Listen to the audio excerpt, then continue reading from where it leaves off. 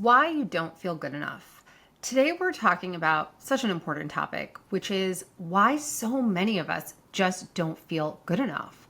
Where does this even come from? And how does it show up in our adult lives, in our relationships?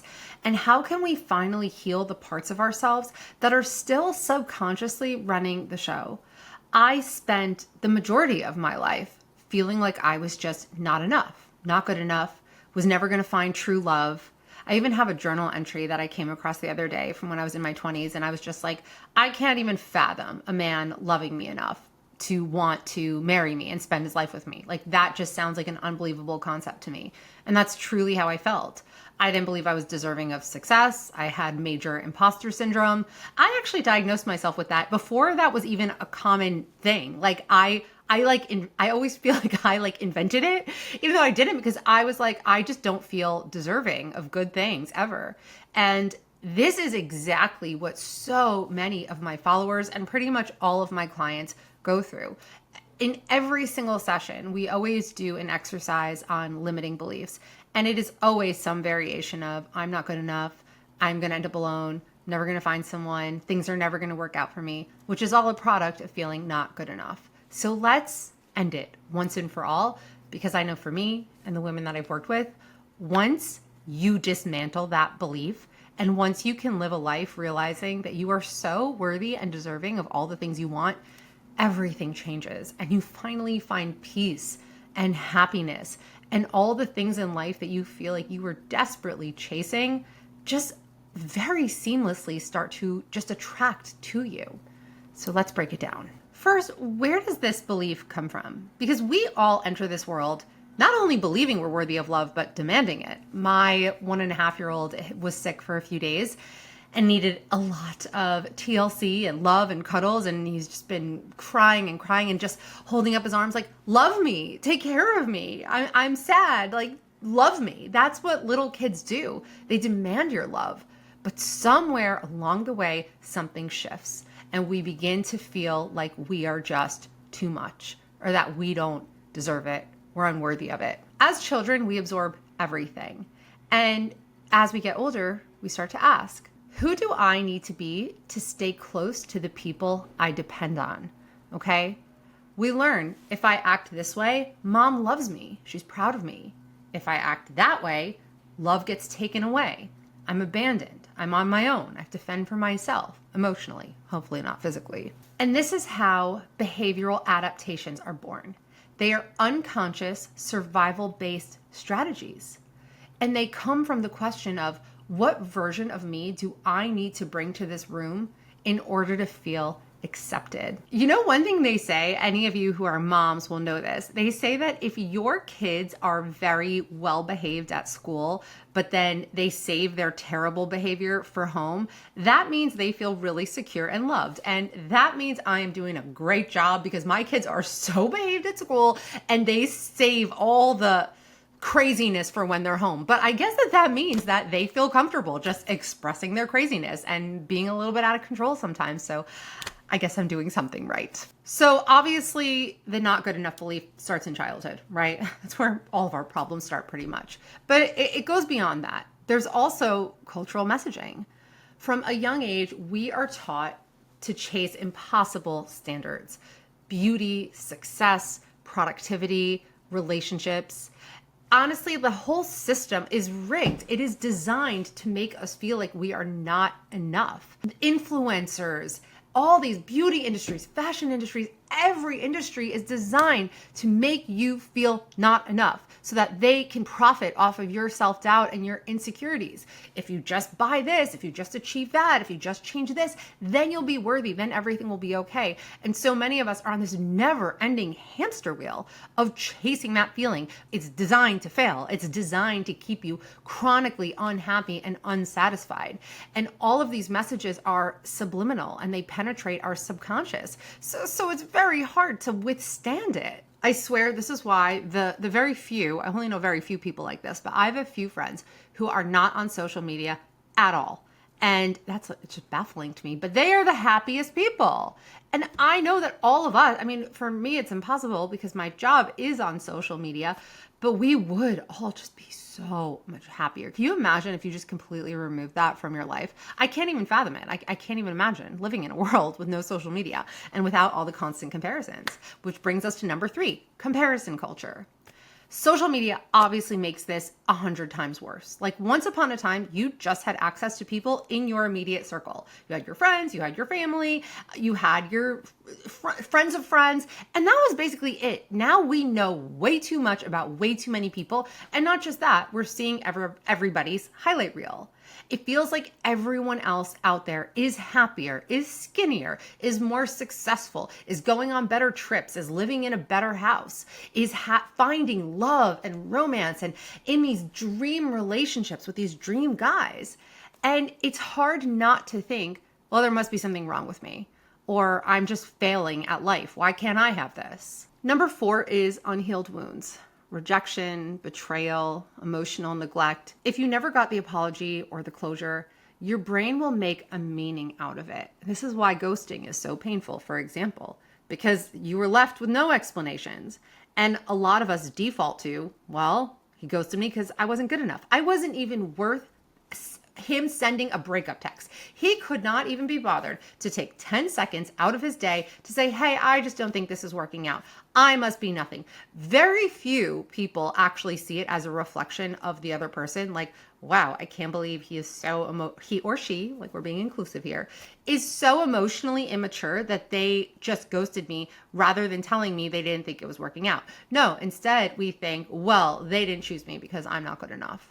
But that's not true. That is an old wound talking. I know it feels true. I know it feels like you're just like, well, obviously that's what the evidence is pointing to, but it's not. It's not what the evidence is pointing to. It is what your subconscious is telling you because of old faulty beliefs that got wired in there. Number 5 is tying your worth to outcomes. We often believe our value lies in the result. Did the relationship work out? Did he choose me? Did I get the promotion? Did I get the praise and the validation and the likes and the fire emojis? If the answer is no, we spiral. But your worth is not supposed to be outsourced. It's supposed to be self-sourced. You are worthy because you are, not because of what you achieve. But we weren't brought up that way. We were not brought up to believe that. Instead, we were brought up to believe, I'm only worthy if people tell me I am. I am only worthy if I accomplish X. I'm only worthy if my weight is this, or if I fit into this size clothing. And we don't even realize all these conditions we've placed on our worthiness. And if this is a struggle for you, my new book is available for pre-release. It's called Detached: How to Let Go, Heal, and Become Irresistible. And that's what the entire book is about. But we'll talk more about that later. Okay, so that is where it stems from. Those are the most likely places of where it stems from. Now let's talk a bit about behavioral adaptations, which I mentioned earlier. So when you grow up in an environment where love, attention, or emotional safety feels conditional, you learn to adapt. You shapeshift in order to get your needs met. That's a survival strategy. When we say it's about survival, this is what we mean. We don't mean like you're surviving in the wilderness. We mean when you're a child, you depend on your parents to survive. Your kids are helpless. They can't do anything without you. But that version of you, the version of you that adapts to become a certain way in order to get your needs met, that was never the real you. That was an adapted self. And these roles may have helped you survive, but now they're holding you back. I posted this on my Instagram the other day, if you're not following me, at Sabrina Bendori. The parts of you that you resent or dislike the most are often the parts that develop to help you survive. The people pleaser, the overachiever, the caretaker, the good one. You adapted, you became those people because that's who you needed to be in order to get your needs met when you were growing up. So let's go deeper and let's look at the common types of behavioral adaptations. The first is the overachiever and guilty. This was for sure mine. The core belief is if I succeed, I'll be loved. The origin is that praise or affection only came when you performed, when you got good grades, when you behaved perfectly, when you make people feel proud. As an adult, you feel constant pressure to prove yourself. You never feel like enough. You are always tying your worth to productivity and to success.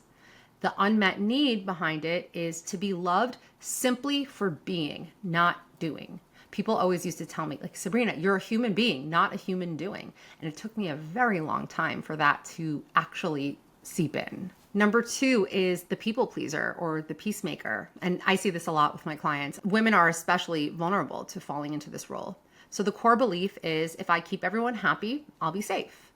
The origin is conflict or emotional chaos in the home made you afraid to upset anyone. You learn to stay small, to stay agreeable, to avoid being the problem. As an adult, you may say yes when you mean no. You may suppress your needs, your feelings, and you might feel resentful or even invisible in relationships. You're always putting other people first, and this makes you angry at yourself, and it also makes you resent the other people. So even though you come across as like the sweet one, the good one, the nice one, you are just simmering with anger beneath the surface. And this anger turns to shame, and it turns to self-loathing. The unmet need is permission to take up space and express discomfort without fear of being abandoned or unloved. Number 3, the caretaker or emotional supporter. The core belief is if I care for everyone else, they'll love me back. The origin is you were expected to be the strong one, maybe even parent your parents or your siblings. As an adult, you might attract emotionally dependent partners. You might make it your mission to fix people. You might feel guilty when you prioritize yourself, and you might feel exhausted from overfunctioning. Your unmet need is to feel cared for, to feel supported, and to feel allowed to receive. Number 4, the chameleon.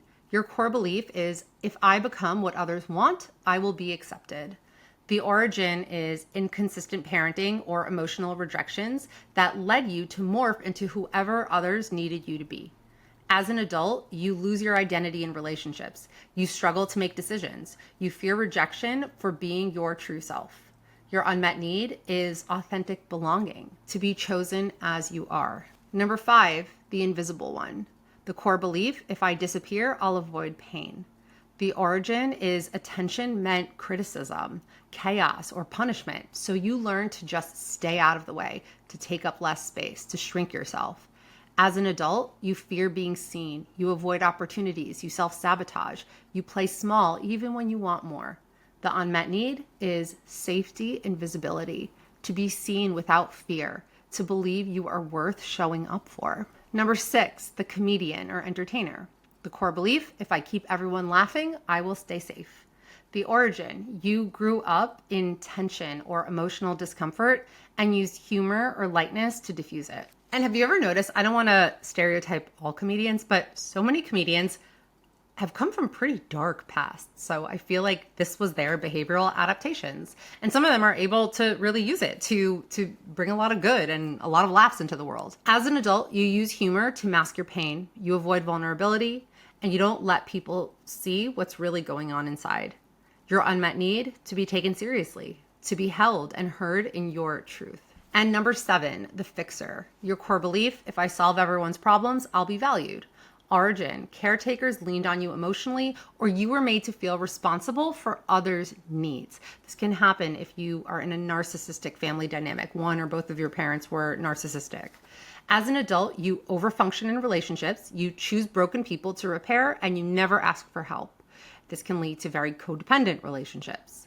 Your unmet need is to rest, to release responsibility for other people's healings, and to be supported instead of always supporting. These roles aren't flaws, and you may have only realized just now, just as I'm speaking these words, oh my God, that's why I'm like this.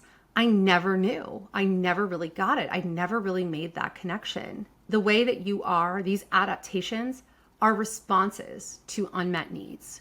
You adapted in the only way you knew how. You adapted to stay close to those you love, those who are meant to protect you in order for you to feel safe. But you are not that little kid anymore.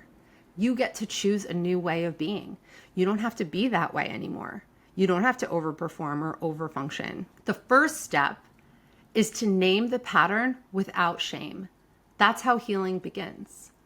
I see so many people over-identify with what they don't want to be. I am a people pleaser. Do you want to be a people pleaser? No. Okay, so then why are you making that your identity? Instead, I have people-pleasing tendencies. And you can recognize within yourself that developed because I needed to be this way in order to feel safe in my home, in order to feel loved and protected by my parents. But I don't need that to be that way anymore. It served its function at the time. Okay, thank you for serving your function and helping me when I needed it. But I release you. I don't need this anymore. Again, you have to realize that these are not your personality traits. These are survival strategies that never expired because you never pushed back against them. You never challenged them. You didn't develop them to run your life and ruin your life in some cases. You developed them to salvage connection with your caregivers. You changed yourself to get love, but the adaptation is still running the show and now it's holding you back. So now you have to make a concerted effort to release it, to notice it when that need comes up, to overperform, to overachieve, to put other people first. Recognize what's happening. Recognize any situation that you find yourself in over and over again and recognize, okay, where did this come from? What's the root? What is the origin of this? So let's talk about how to heal and how to get past this. First, name the pattern without shame. Shame is our enemy. We do not want shame. We want, if anything, radical acceptance. Radical acceptance doesn't mean I accept what's good about me. It means I also accept what needs work. We're not going to say bad. We're going to say what needs work. So to name the pattern sounds something like this. I avoided my needs so I wouldn't be a burden. And let your nervous system see it gently and recognize it and let that soak in. I'm not just a people pleaser because I'm weak and have no backbone.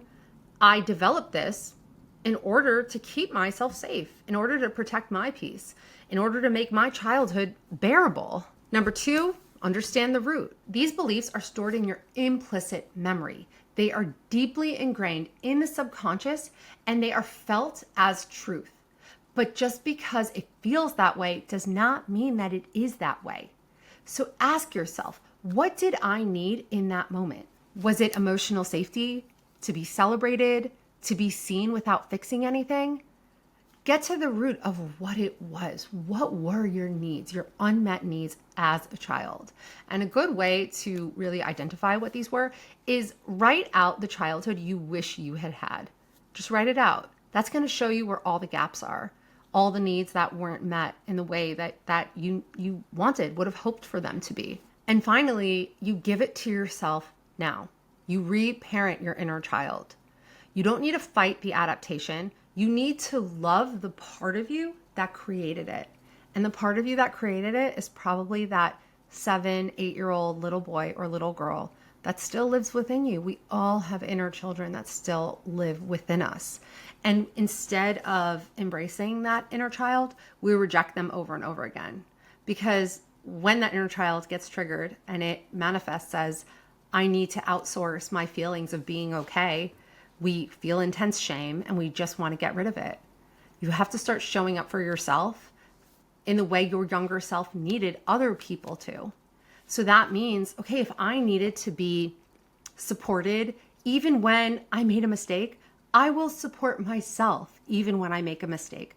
Instead, that's not what most of us do. Instead, we bash ourselves. Why did I say that? Why did I do that? I'm so stupid. I'm so cringe. I'm such an idiot. I have no social skills. What's wrong with me? That's what we do. And that's probably what our parents did. That inner critical voice came from somewhere, and it's not usually our voice. Instead, be kind to yourself. Be nice to yourself. Talk to yourself the way you would talk to your best friend. You have to change the way you relate to yourself. You have to tell yourself, I am good enough just as I am. I am worthy of love. Now, maybe you're rolling your eyes. Maybe you feel like, oh, Sabrina, I don't want to be delusional. Who says that that's delusional? The other belief that you're operating under is also not real. It's not real. It developed due to your hurt and your pain and your trauma. You did not come into this world that way. Things happened that hurt you deeply, and you evolved to be that way. And that's what you need to untangle now. Getting personal for a minute, my behavioral adaptation, I was definitely the overachiever, but it was this exterior of everything's fine. I'm fine. I'm totally fine. And there's a part of me that was always proud of that, always proud of that side of me of like, nothing can affect me. But that developed because I felt so much pain from my childhood, from so many aspects of my experiences at school and my experiences at home. There was just so much pain and shame. And I just never wanted anyone to see it. I never wanted anyone to see how hurt I was and how deeply things were affecting me. So I developed this armor. Now, as an adult, I remember feeling a lot of frustration in my friendships because I felt like I was always there for everyone else. I was always the one who's great at giving advice. I mean, obviously I made a career out of that, so I was always very good at that. And I would always be there for my friends, but I would feel like you're not there for me, like when I need you.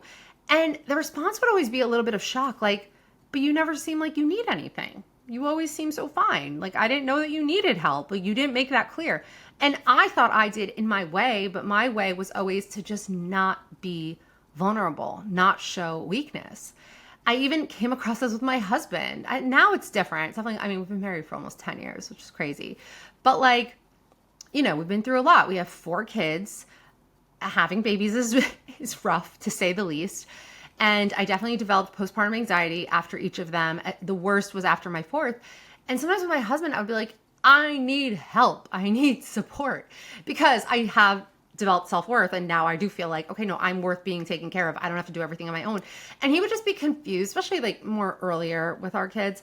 Like, but you seem fine. Like, you seem like you have everything under control. And I'm like, but I'm not fine. He's like, but you always seem so fine. Like, I don't ever realize when you're struggling. And I'm like, because that is still my default, like, behavioral adaptation. But no, I also am struggling. So that has shifted over time, and I'm much better at being vulnerable and showing, no, I don't have it all together and things are bothering me and I am worth being taken care of.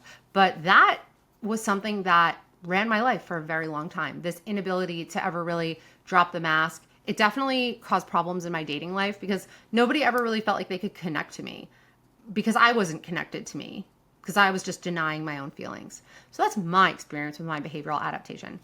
Anyway, I hope this was helpful. This, again, is something that will change your life if you really understand it. Not only that, I mean, yeah, it's great to listen to a podcast episode and great to watch these reels on TikTok or Instagram, but you have to implement. You have to make this a part of you. You have to really decide, I am done being the person that doesn't feel worthy of the things I want in life. Of course, I am worthy of having the life that I want. Yes, I am worthy of that. So I hope this gave you the inspiration and the motivation you need.